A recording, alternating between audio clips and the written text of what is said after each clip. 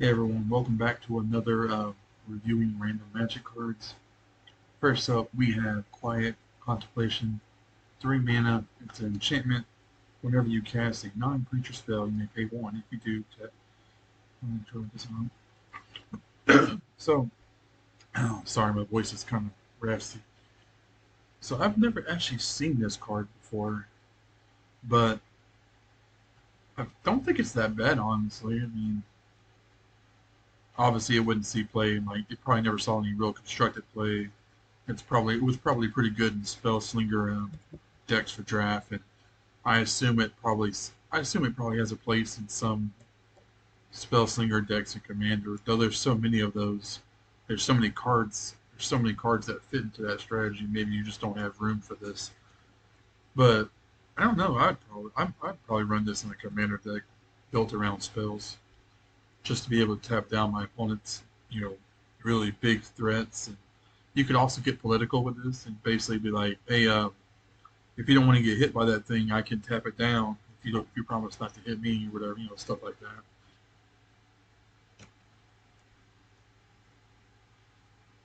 Next up, we have a land. It's a land that taps. It taps for colorless mana, and you can put a 1 counter on. Well, okay, this is cool. I mean, I'm sure this probably sees play in like I don't know. I mean, I guess I'm sure people play this in Eldrazi decks for sure. But other than that, I don't see a whole lot of use for this. And it's not really worth anything, so it probably doesn't actually even see play there. Fleshbag Marauder, man, this is classic old school. Oh, it's not even that old, and I mean it's not even that old. I mean this it's from Shards of Alara. I mean, but for me, this is a classic card. They've reprinted this thing so many times.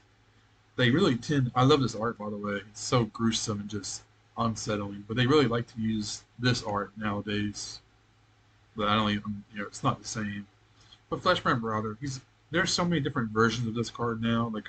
There's so many different versions of the 3-drop creature that makes everybody sacrifice a creature. I think there's even a 2-drop one now that was in Modern Horizons 3. But Fleshbag is just he's sacri- a lot of times you're going to sacrifice himself to it, but just a good card, just a very solid card, and like especially Aristocrat strategies.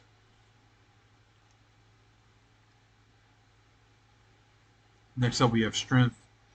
That's a multi-kicker, X spell, choose target creature, then choose another creature you control. They get X1 counters on them.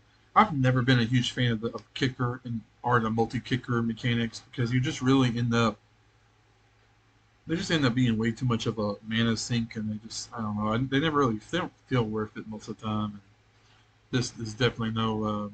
And as an X spell with multi kicker, yeah, it's just.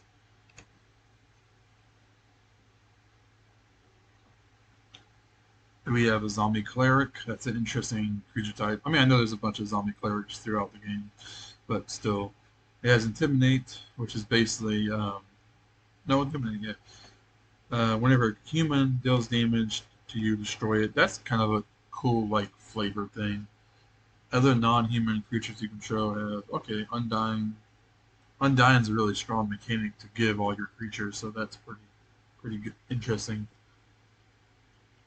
Oh, and he's actually worth he's worth a decent amount. You know, even the cheapest versions are like 7, so he must be seeing play. Then we have Mirror the Curse. So this is I remember really liking this card when it came out.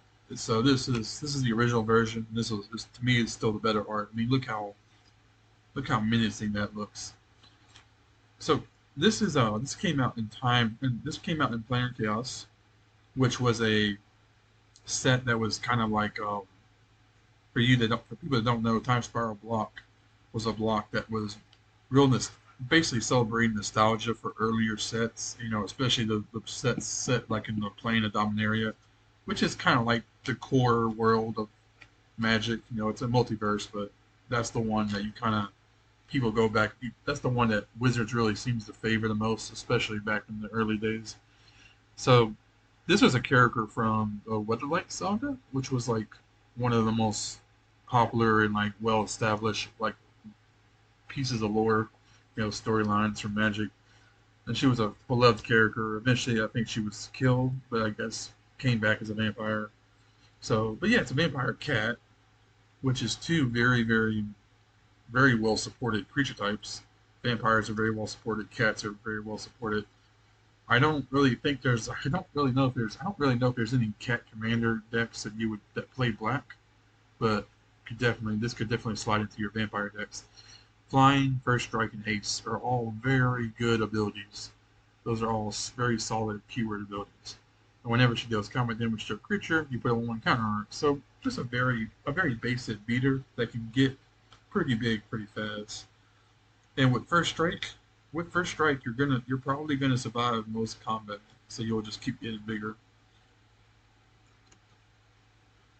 And flying makes it so that, well, the flying is kind of interesting because you with the flying you won't get as blocked as much as you would normally with having this type of ability. But yeah, seems like a very solid beater. All right, guys, that was the video. Thank you guys for watching.